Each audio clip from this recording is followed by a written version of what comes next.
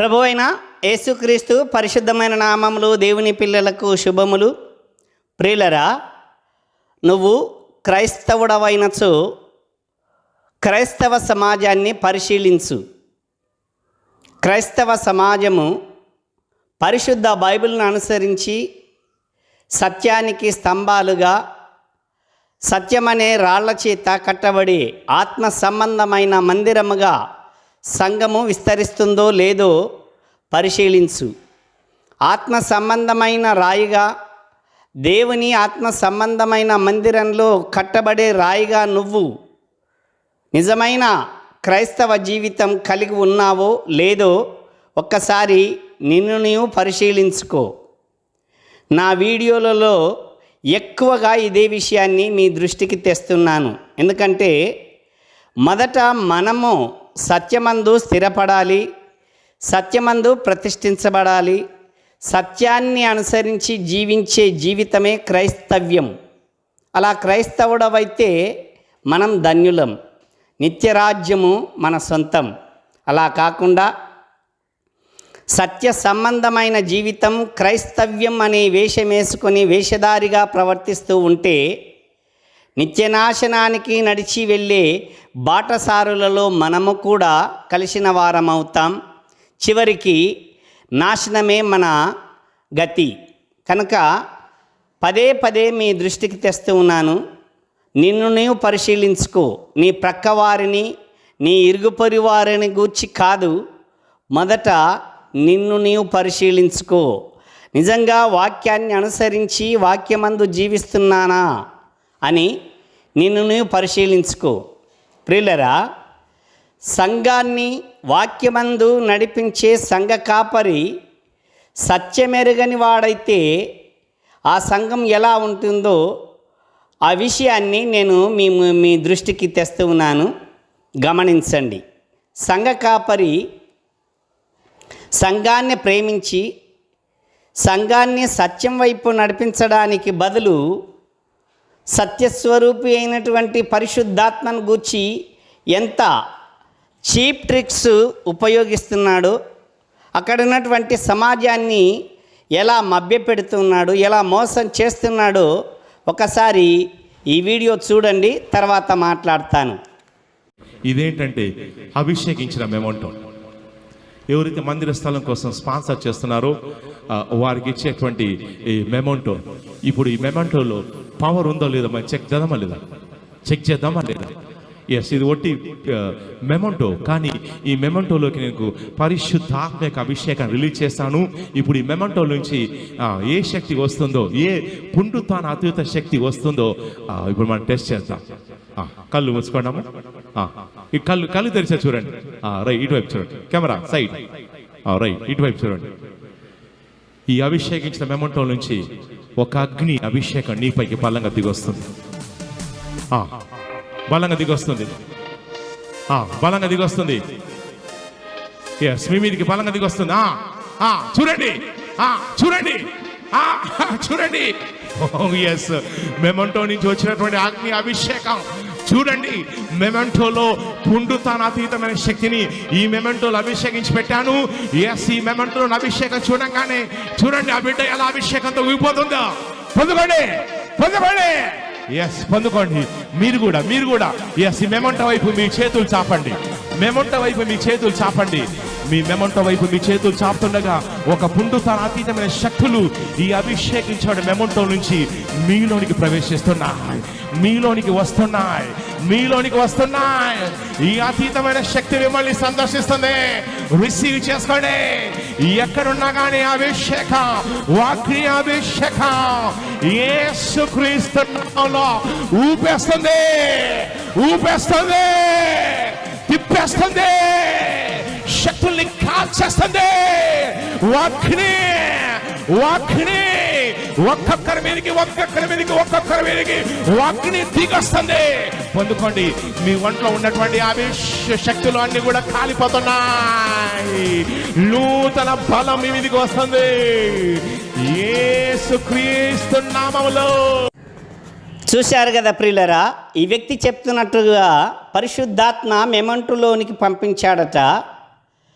ఆ మెమంటో తీసుకున్నటువంటి వాళ్ళకి అద్భుతాలు జరుగుతాయట. మెమంటో తీసుకోవాలనంటే తప్పనిసరిగా మందిరానికి స్పాన్సర్స్ చేయాలట. ప్రియులరా, పరిశుద్ధాత్మ ఇతని దృష్టిలో ఎంత పలచనగా ఉన్నదో ఆలోచించండి.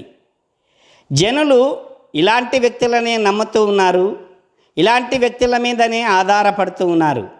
అందుకే ఇలాంటి వ్యక్తులు షర్టు నుంచి పరిశుద్ధాత్మను అభిషేకించానని చెప్తాడు ఒకడు, కర్చీపులో నుంచి పరిశుద్ధాత్మను పంపిస్తున్నాను అంటాడు ఒకడు, రుమాలలో నుంచి పరిశుద్ధాత్మను పంపించాను అని ఒకడంటాడు, బూడిదలో నుంచి పరిశుద్ధాత్మను పంపుతున్నాను అని ఒకడంటాడు, నూనెలోనికి పరిశుద్ధాత్మను పంపించాను అని ఒకడంటాడు. ప్రియులరా, ఇతడేమో మెమంటులోనికి పరిశుద్ధాత్మను పంపించాను అని అంటున్నాడు. వాక్యం ఇలాంటి వ్యక్తులను గూర్చి ఏమంటుందో ఒక్కసారి మీరు గమనించండి. ఇలాంటి వ్యక్తులు కోకొల్లలుగా వస్తారు, పుట్టగొడుగుల్లా పుడుతూనే ఉంటారు. జాగ్రత్త పడాల్సింది ఇలాంటి వ్యక్తులను వ్యతిరేకించి, ఖండించి, గద్దించి బుద్ధి చెప్పాల్సినటువంటిది నువ్వు సిద్ధపడాలి. ఇలాంటి వ్యక్తుల బారిన పడితే నిత్య జీవం కోల్పోతామని నువ్వు స్థిరపరచుకోవాల్సినటువంటి అవసరము ఎంతైనా ఉన్నది. అందుకే ఈ వీడియోను మీకు చూపిస్తూ ఉన్నాను. ప్రియులరా, మోసపరిచే వాళ్ళు మన చుట్టూరా ఉంటారు. అందరము విన్న మాటని, మోసపోయే వాళ్ళు ఉన్నంతకాలము మోసపరిచే వాళ్ళు ఉంటూనే ఉంటారు. వాళ్ళు చేస్తూనే ఉంటారు, చచ్చేదాకా ఇలాగే చేస్తారు. చనిపోయిన తర్వాత ఇలాంటి వారిని గూర్చి యేసు ప్రభు చెప్పిన మాట ఒక్కసారి గుర్తు తెచ్చుకోండి. మత్తయి సువార్త 7వ అధ్యాయము 21-22 వచనాలలో, ప్రభువా ప్రభువా అని పిలుచు ప్రతివాడు పరలోక రాజ్యము చేరడు, అయితే నా తండ్రి చిత్త ప్రకారము చేయువాడే అందులో ప్రవేశించును చెప్పాడు. ఆ దినమున అనేకులు ఆయన దగ్గరికి వచ్చి, మేము నీ నామమున దయ్యములను వెళ్ళగొట్టాము, నీ నామమున అద్భుతములను చేశాము, నీ నామమున ప్రవచించాము అని చెప్పుదురు. కానీ అప్పుడు ఆయన, మీరెవరో నేనెరుగను, అక్రమము చేయువారలారా నా యొద్ద నుండి పొండి అని వెలుపలికి పంపిస్తాడు అని యేసు ప్రభు చెప్పాడు. ఇలాంటి వాళ్ళు బ్రతికి ఉన్నంత కాలము ఇలాంటి అద్భుతాలు చేస్తూనే ఉంటారు. కానీ ఇలాంటి బారిన పడకుండా జాగ్రత్త పడాల్సింది నువ్వే. ఆలోచించు. పరిశుద్ధాత్మను గూర్చి కొన్ని వాక్యాలు మీకు తెలియచేస్తాను. పరిశుద్ధాత్ముడు వస్తే ఎలా చేస్తాడు? యోహాను సువార్త 16వ అధ్యాయము 13వ వచనం. అయితే ఆయన అనగా సత్యస్వరూపి అయిన ఆత్మ వచ్చినప్పుడు మిమ్మను సర్వ సత్యములోనికి నడిపించును అని ప్రభు చెప్పాడు. మరో మాట, యోహాను సువార్త 16వ అధ్యాయం 8వ వచనం. ఆయన వచ్చి పాపమును గూర్చియు, నీతిని గూర్చియు, తీర్పును గూర్చియు లోకమును ఒప్పుకొనజేయును అని వ్రాయబడింది. పరిశుద్ధాత్మ, నిజముగా పరిశుద్ధాత్మ మన మీదికి వస్తే, పరిశుద్ధాత్మ చేత మనము నింపబడితే మనలో జరిగే అద్భుతం ఏంది అనంటే సర్వ సత్యములోనికి నడిపించబడతాము. వాక్యములో ఉన్న సత్యాన్ని, సారాంశంతో కూడిన సత్యము మనకు బయలుపరచబడుతుంది. అంతేకాకుండా పాపం అంటే ఏంటో, నీతి అంటే ఏంటో, తీర్పు అంటే ఏంటో మనకు తెలియపరుస్తాడు పరిశుద్ధాత్ముడు. కానీ ఈ వ్యక్తి చెబుతున్నట్టు ఆలోచించండి. పరిశుద్ధాత్ముడు వస్తే ఇలా మనుషులను గడగడ వణికింప చేస్తూ విపరీతమైనటువంటి పిచ్చి చేష్టలు చేయిస్తాడా? ఆలోచించండి. అపవిత్రాత్మ వస్తే ఎలాంటి క్రియలు జరుగుతాయో చూద్దాం. లూకా సువార్త 9వ అధ్యాయము 39వ వచనం. ఇదిగో, ఒక దయ్యము వాని పట్టును, పట్టినప్పుడు వాడు అకస్మాత్తుగా కేకలు వేయును, నురుగు కారునట్లు అది వానిని విలవిలలాడించుచు గాయపరచుచు వానిని వదలక ఉండును అని వ్రాయబడింది. ప్రియులరా, ఇతడు పరిశుద్ధాత్మ అభిషేకము నీ మీదికి పంపుచున్నాను చూడండి అంటే ఒక ఆవిడ విలవిలలాడుతూ ఉన్నది, విపరీతమైనటువంటి చేష్టలు చేస్తూ ఉన్నది. పరిశుద్ధాత్మని క్రియలా ఇవి, అపవిత్రాత్మ వస్తే జరిగే క్రియలు ఇవి.